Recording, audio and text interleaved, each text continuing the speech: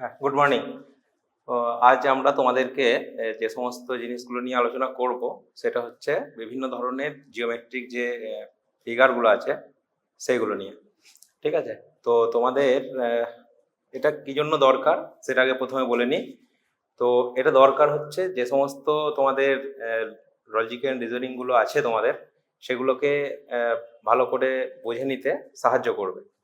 ঠিক আছে? ধরো কোনো একটা ফিগার দিল যে তাদের মধ্যে কি রিলেশন বা কি রিলেশন নেই, তা সেক্ষেত্রে তোমাদের এটা সুবিধা হবে। তো আমরা স্টার্ট করি, তারপরে দু একটা এক্সাম্পল দেখবো, তাহলে তোমরা জিনিসটা সম্বন্ধে একটা সঠিক ধারণা পেয়ে যাবে। তো ফার্স্ট আমরা জানবো, দেখো লাইন। ঠিক আছে? দেখো আমরা যদি একটা লাইন টানি, লাইনটা দুদিকে আমি দুটো তীরচিহ্ন দিলাম, মানে কি এই লাইনটাকে আমি দুদিকে যতদূর খুশি বাড়াতে পারি, তাহলে এটা হচ্ছে আমরা বলে থাকি এটাকে স্ট্রেট লাইন। স্ট্রেট লাইন মানে কি সোজা রেখা, একটা সরল রেখা। এই রেখাটাই যদি ধরো এরকম হয়ে যায়, তাহলে এটা কি বলা হবে? কার্ভ লাইন বা বক্ররেখা। কিন্তু সেটা যতদূর খুশি দুদিকে বাড়াতে পারো তুমি। এবার আমি যদি এই রেখাটার যে কোনো জায়গা থেকে দুটো পয়েন্ট নিলাম এবং এই দুটো জায়গা থেকে আমি এইটুকু জিনিসটাকে কেটে নিলাম, তাহলে এইটাকে কি বলা হবে? এটাকে বলা হবে লাইন সেগমেন্ট বা রেখাংশ। ঠিক আছে? তাহলে রেখাংশ হতে গেলে আমাকে কি করতে হবে? দুটো ফিক্সড পয়েন্ট অবশ্যই থাকতে হবে। দুটো ফিক্সড পয়েন্ট থাকলো, সেক্ষেত্রে সেটাকে বলা হবে আমাদের লাইন সেগমেন্ট। এটা ফার্স্ট। আর এটা এটা থেকেও তুমি দুটো পয়েন্ট নিয়ে যদি নাও, তাহলে সেটা কি হয়ে যাবে? এটাও লাইন সেগমেন্ট হয়ে যাবে একটা। তা ফার্স্ট হচ্ছে লাইন সেগমেন্ট। এবার দেখো, লাইন সেগমেন্ট হলো, স্ট্রেট লাইন হলো। এবার তোমার ধরো একটা ফিক্সড পয়েন্ট আছে, এবার তুমি এদিক থেকে একটা তীর চিহ্ন দিলে, তাহলে এটাকে কি বলা হবে? এটাকে বলা হবে রে। তাহলে এটা হলো স্ট্রেট লাইন, এটা হচ্ছে স্ট্রেট রেখাংশ, এটা line segment, straight line segment. এটা কার্ভ লাইন সেগমেন্ট। এটাকে বলা হবে কি? রে।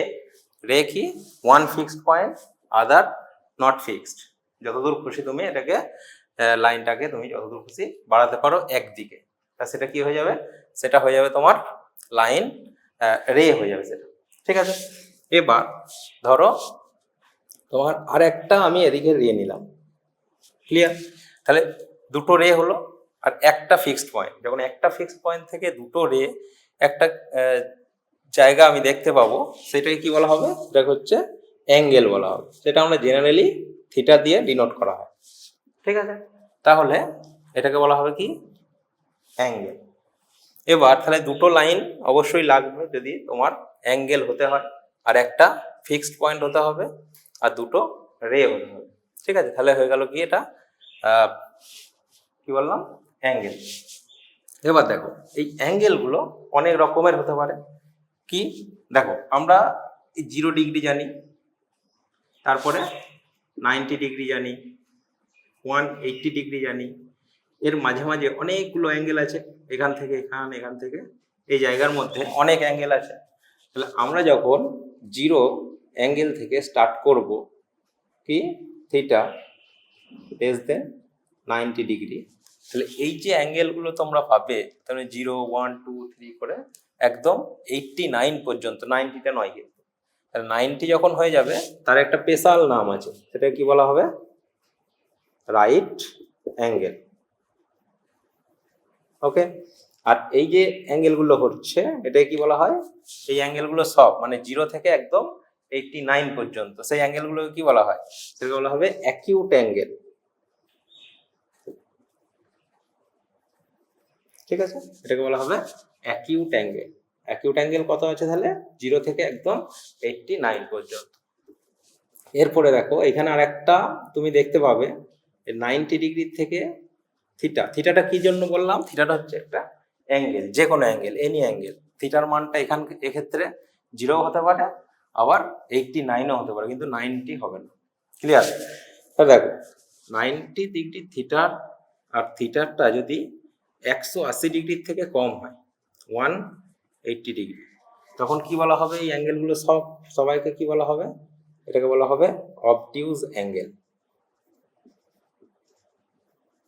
ওকে, এটাকে বলা হবে অবটিউজ অ্যাঙ্গেল।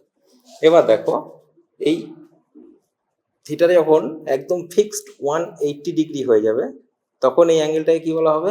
এই অ্যাঙ্গেলটাকে বলা হবে স্ট্রেট অ্যাঙ্গেল।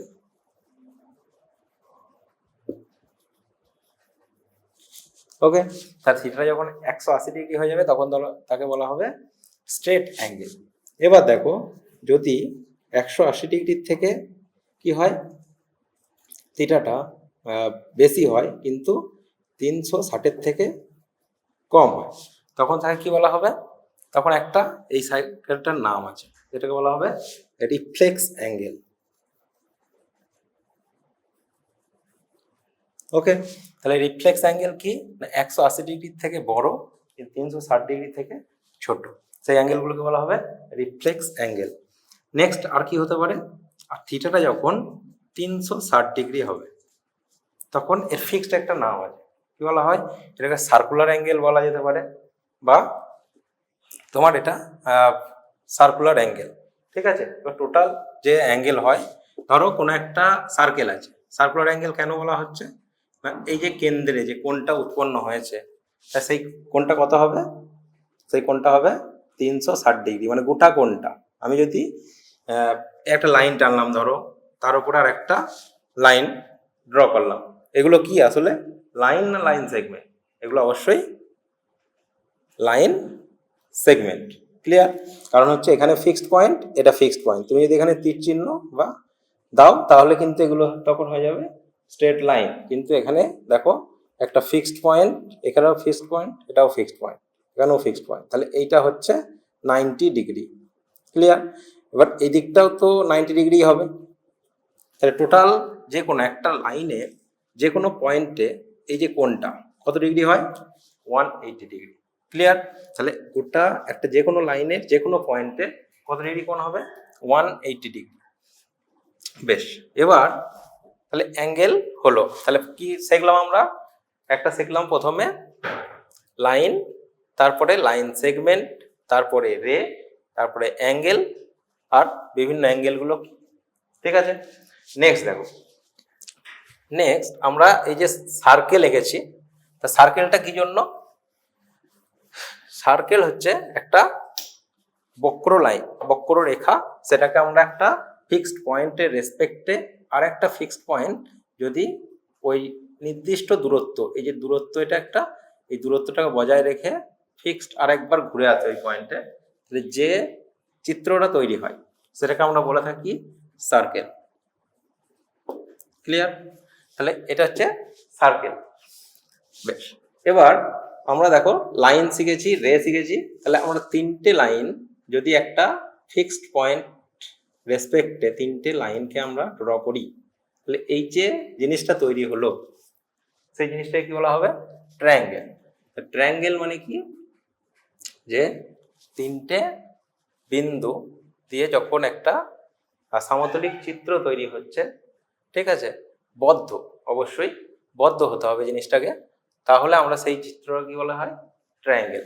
তা এই যে ট্রায়াঙ্গেল আমরা ড্র করে থাকি, ট্রায়াঙ্গেলের 3+3 মোট 6 রকমের ট্রায়াঙ্গেল তোমরা দেখতে পাও। কি কি? একটা হচ্ছে তিনটে কিসের, এটা কোণের রেসপেক্টে, অ্যাঙ্গেলের রেসপেক্টে, আর এই তিনটে কিসের, এগুলো সাইডের রেসপেক্টে। তাহলে অ্যাঙ্গেলের রেসপেক্টে কি কি পাই আমরা? অ্যাঙ্গেলের রেসপেক্টে দেখো, এটা দেখতে পাচ্ছ, এটার নাম বলতে পারবে? এটা হচ্ছে রাইট অ্যাঙ্গেল ট্রায়াঙ্গেল। ওকে, নেক্সট এই দেখো অ্যাকিউট অ্যাঙ্গেল, তাহলে অ্যাকিউট অ্যাঙ্গেল ট্রায়াঙ্গেল, আর একটা হচ্ছে অবটিউজ অ্যাঙ্গেল ট্রায়াঙ্গেল। ওকে, তাহলে সেই অ্যাঙ্গেলের রেসপেক্টে তিন ধরনের আমাদের কি আছে? ট্রায়াঙ্গেল আছে। সাইডের রেসপেক্টে কি? সাইডের রেসপেক্টে দেখো, আমরা যদি তিনটে বাহুকে সমান করে নিই, এই তিনটে বাহুর দৈর্ঘ্য যদি সমান হয়, সেই ট্রায়াঙ্গেলটাকে কি বলা হয়? সেই ট্রায়াঙ্গেলটাকে বলা হয় ইকুইল্যাটারাল ট্রায়াঙ্গেল। ওকে, বা সমবাহু ত্রিভুজ। এবার ধরো দুটো বাহু ইকুয়াল হলো, কিন্তু 3 নম্বর বাহুটা সমান হলো না, মানে এই দুটোর সঙ্গে সমান, সেটা কি বলা হয়? সমদ্বিবাহু ট্রায়াঙ্গেল। ঠিক আছে, সমদ্বিবাহু ত্রিভুজ। আরেকটা কি, যখন ত্রিভুজটার তিনটে বাহুই অসমান, তিনটে বাহু কি অসমান, মানে এই বাহুটা যা দৈর্ঘ্য এই বাহুটার তাই অন্য দৈর্ঘ্য, তাহলে দেখো এইটাকে বলা হবে বিষমবাহু ত্রিভুজ। ঠিক আছে, বেশ। এবার আমরা যদি এটাকে দেখি, তো বিষমবাহু ত্রিভুজটা রাইট অ্যাঙ্গেলও হতেই পারে, না হওয়ার কিছু নেই। ঠিক আছে, তোমাকে এই ওভারঅল আইডিয়াটাকে ক্লিয়ার রাখতে হবে। ক্লিয়ার? বেশ, এবার দেখো তোমাদের একটা এক্সাম্পল দেখাই আমি। ধরো এটা একটা ফিগার দেওয়া আছে তোমাদের, এটা একটা ফিগার দেওয়া আছে। ঠিক আছে, এটা একটা ফিগার দেওয়া আছে আর এটা একটা ফিগার দেওয়া আছে। ঠিক আছে, তাহলে তোমাকে বলেছে যে এই ফিগারগুলোর মধ্যে অড ওয়ান আউট করতে, তাহলে কি হবে? ঠিক আছে, তাহলে এই ফিগারগুলোর মধ্যে তুমি কি বলতে পারবে কোনটা অড? রিপ্লাই করো, শুনতে পাচ্ছ তো? বেশ, তাহলে এটা অড ওয়ান আউট হচ্ছে এটা। এটা কেন? না, এটা হচ্ছে সার্কেল। সার্কেল মানে কি, মানে কার্ভ লাইন দিয়ে এটা তৈরি হয়েছে। আর এগুলো কি, এগুলো হচ্ছে লাইন সেগমেন্ট দিয়ে তৈরি হয়েছে। তাহলে এখানে তুমি যে লাইন সেগমেন্ট তুমি এখানে দেখতে পাচ্ছ না, এটা হচ্ছে কার্ভ লাইন। আর এগুলো কি, এগুলো হচ্ছে সব লাইন সেগমেন্ট। তাহলে ফিক্সড লাইন সেগমেন্ট দিয়ে কি তৈরি হয়েছে, এই ট্রায়াঙ্গেল গুলো তৈরি হয়েছে। তাহলে এটা হচ্ছে অড হবে অবশ্যই। ক্লিয়ার? বেশ, তাহলে আমরা করলাম কি, ট্রায়াঙ্গেল।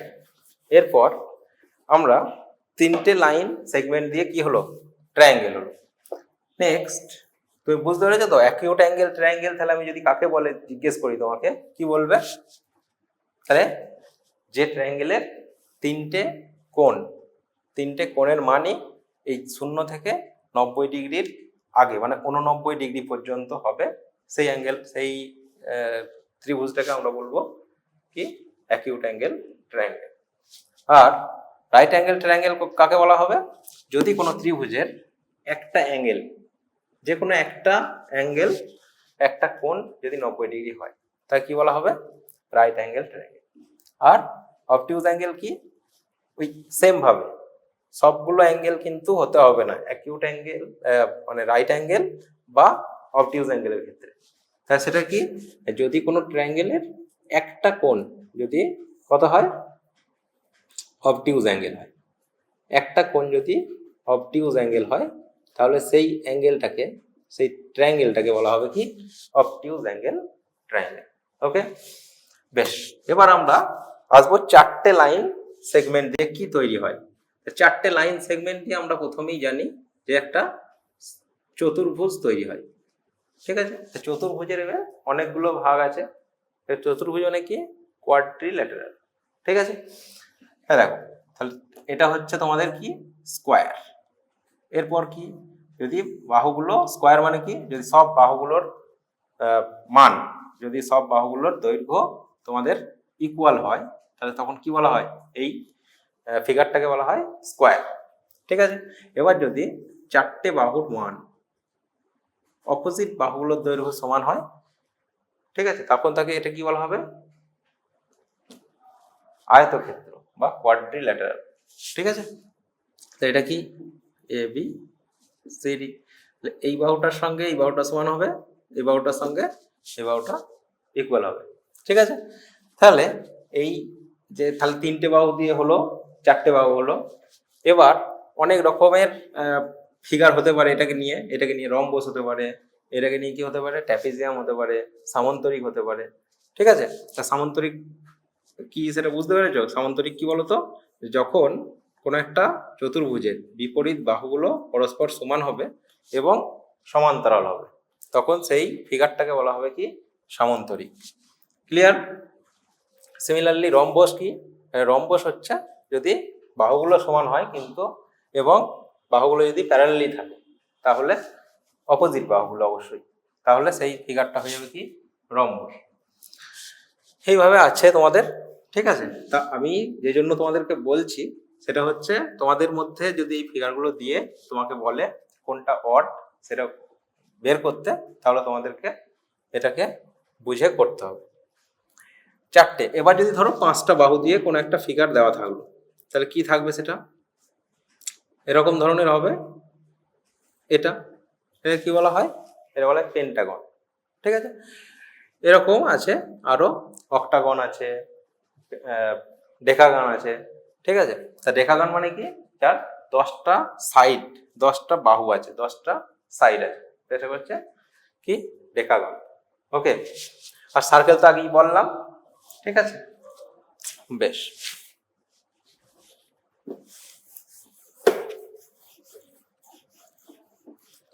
ক্লিয়ার হয়েছে?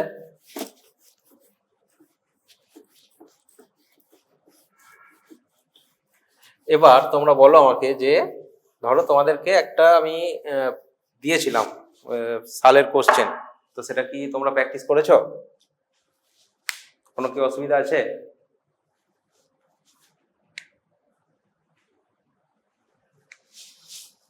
বেশ, তো তোমরা আশা করি প্র্যাকটিস করোনি মনে হচ্ছে আমার।